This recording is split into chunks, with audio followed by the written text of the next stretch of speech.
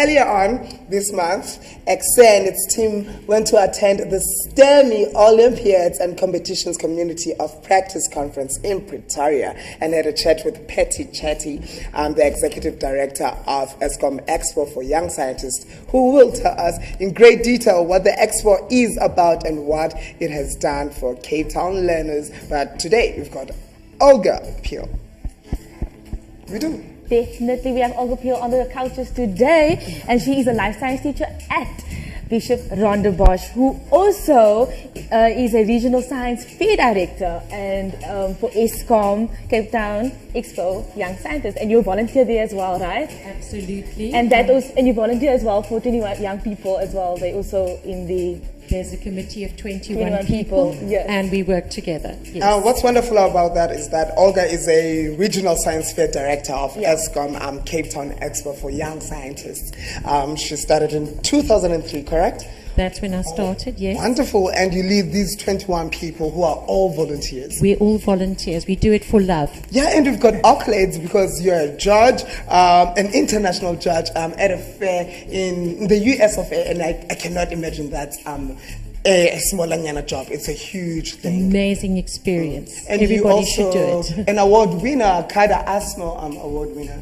What is that about? The Kada Asmal Award is given to people who've done a lot of work outside school in their communities. It's recognition of many, many years of service to Eskom Expo. Okay, now it's time for us to grill you. Are you ready? Okay, yeah, I'm ready. Muchachos.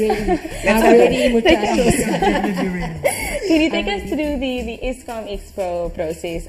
How do you participate, and how does it work though? Yeah. Well, if you're at school between grade 6 to 12, then you can participate in the Eskom Expo for Young Scientists in Cape Town. You need to do a project in physical science, life science, natural science, earth science, a whole lot of the sciences, and all of them. And then if you've got a fantastic project, then your teacher will say, come, let's enter Cape Town Expo. That's how it goes. Does attending this experience, the Expo, actually influence the career choice of the learners? I think it does, because you can do it in so many parts of the school, like physical science, life science. And therefore, when you've got this passion, dedication to your project, you might think, oh, now this is something I can do. So, for example, we had a kid who did a project on sugar addiction a few years ago. Wow. Now he's nearly finished his degree in medicine. Oh, wow. So, and Mark Shuttleworth, you may have heard of him, the first astronaut. He entered Expo many years ago. So we're hoping that we have that kind of influence. Yeah, having legendaries, basically. Yes. So the and Expo we'd love to make happens them annually. Does it begin at the same time for all regions? And when does it start in Cape Town? I think most regions start in February with workshops. That's what we did. So we've had 2 workshops, one for learners and teachers and one for teachers on their own. Then we have a big meeting in May where the kids show their work. And we help them improve their projects, any kids. And then we have the really big regional expo in August at UCT. Since the Expo began, how has the results been for learners when it comes to sciences and maths and things like those? I think those top learners enter Expo, but it also helps them. So, for example, the boy who came second in the province last year, overall, did an Expo project in grade 10, and he got a gold medal. So there's proof in the pudding. There's a link. There's a link between the two. That is so cool. So, like, teachers are involved in the Expo. How are they guiding the people and the students, and what is the students taking from the teacher at the end of the day? Well, the teachers come to that workshop and they learn about Expo themselves. We had a really good one on sustainable development goals and education. And then we had 3 weeks later their kids with them back again. And so the teachers are empowered to help their children. There's also a lot of information on our website which could also help people if they're not sure what to do. So that's mainly where our information goes, is onto our website, but a lot of stuff, of course, is on Facebook as well. What are some of the exciting projects that you've seen the learners do over the years?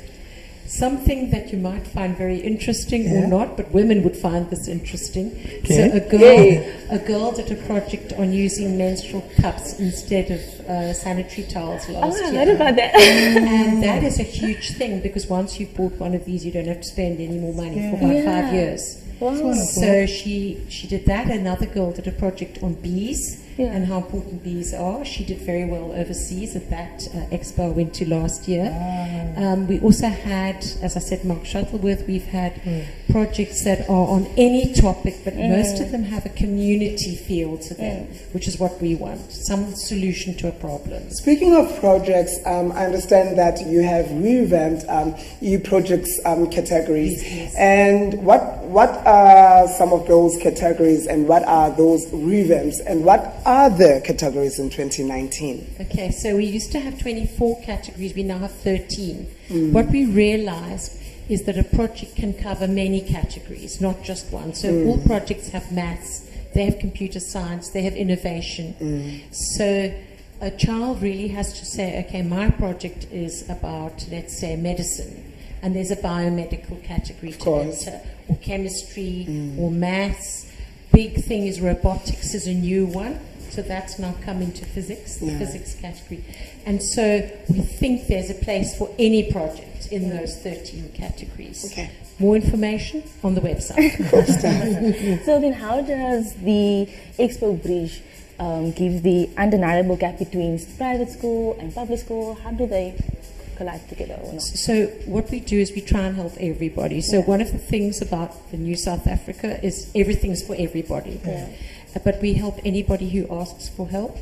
We have judges who might act as mentors. So next term we have what's called the District Expo, and those mentors will come and give kids lots of advice and tips. We also have another afternoon in August before they come to the Expo where they'll get more help. So we do our best to help everybody regardless of who they are, but if they ask for help, they'll get it. That's real cool. Now the language. The website, I would like you to share with the viewers. Yes. Yeah, the website. So it's ctexpo.org.za. And that will have all the information that we need. Okay. Thank you so much for joining us. More information that you might need about the expo would be uncovered in this next Eskom Expo.